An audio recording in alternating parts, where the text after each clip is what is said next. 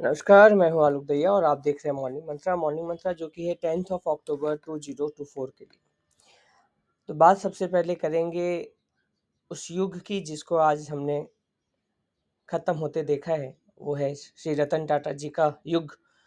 और वो युग इसलिए क्योंकि चाहे वो मेरा करियर हो, चाहे कई और लोगों का करियर होगा स्टॉक मार्केट से रिलेटेड, अगर हम बात करें सबसे पहले तो वो टाटा स्टील, टाटा मोटर, टिस्को, टेल्को से शुरुआत करना और वहाँ ये समझना कि एक इंसान है इन सबके पीछे जिसका नाम है रतन टाटा, और जिन्होंने कहीं न कहीं देश का मान-सम्मान बढ़ाया। याद होगा वो जैगुआर का जो एक्विजिशन था, वो कई दिनों तक हमने ऐसे सेलिब्रेट किया था मानो भारत ने अंग्रेज़ों पर कब्ज़ा कर लिया हो, राइट?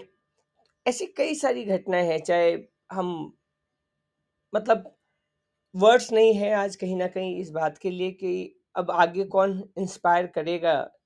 उनके आदर्श रहेंगे हमारे पास, उनके विजन्स रहेंगे हमारे पास, बट एक इंसान को खोना कहीं न कहीं सबके लिए एक भारी होता है, एक भारी विषय है।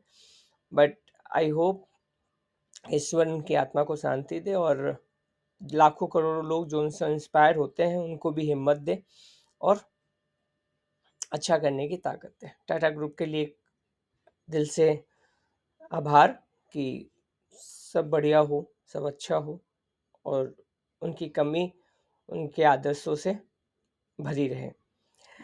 बात कर लेते हैं निफ्टी की। तो निफ्टी, जैसा हमने कल के बाजार के लिए बोला था कि हमें जो क्लोजिंग है वो 25,200 25,200 के ऊपर की चाहिए।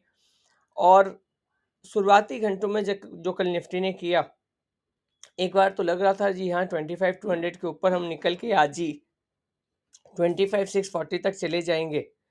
बट बार बार, जैसा कि मैंने कल के मॉर्निंग मंत्रा में भी कहा था कि ये जो तेजी आई थी परसों, राइट, उसमें वो कन्विक्शन नहीं मिल पा रहा था जैसा चाहिए था।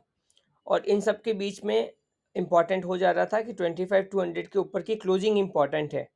और वैसा कुछ देखने को मिला भी कि 25,200 को टच करने के बाद 25,236 तक ही जाने के बाद एक बड़ी गिरावट हमें देखने को मिली। मैं बड़ी गिरावट इसलिए बोलूँगा क्योंकि 200-300 पॉइंट की गिरावट आपको कम से कम वापस से निफ्टी में देखने मिली इन ए सिंगल डे। और वहाँ पर आप जाकर बनाते भी हैं तो एक, अगर मैं बात करूँ तो शूटिंग स्टार का फॉर्मेशन होता है। तो ओवरऑल में अभी भी जो सिचुएशन है वो ये है कि 25,200 एक मेजर रेसिस्टेंस बन गया है एज ऑफ नाउ। 25,200 के ऊपर की भी क्लोजिंग चाहिए, तो अब तो 2 से 3 दिन लगातार की क्लोजिंग चाहिए, तब हम एक अच्छे मूड में आएंगे। अदरवाइज मामला थोड़ा रिस्की बनता हुआ नजर आ रहा है।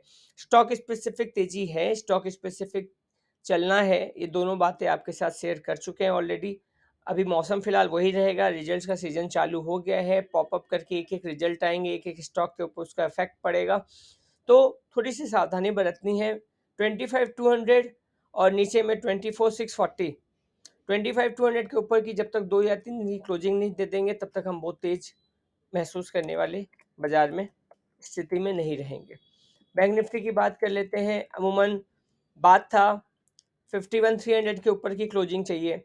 भाई साहब 51,700 तक चले गए थे शुरुआती घंटे में। ऐसा लग रहा था कि यहाँ पर भी शायद आज ही सब कुछ अच्छा हो जाएगा। बट आप सोचिए 51,700 जाने के बाद क्लोजिंग आ रही है 51,000 की।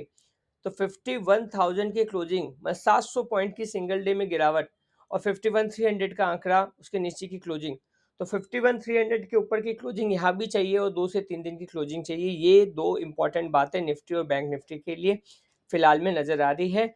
बैंक निफ्टी में जो नीचे का लेवल है 50,200 का है। 50,200 800 पॉइंट की अगर यहाँ और गिरावट आती है तो हम बिकवाली वाले दौर में चले जाएंगे, और 24,640 अगर वहाँ निफ्टी में टूटता है तो हम बिकवाली वाले दौर में चले जाएंगे। Thank you, thanks a lot and have a great day. Bye bye, take care.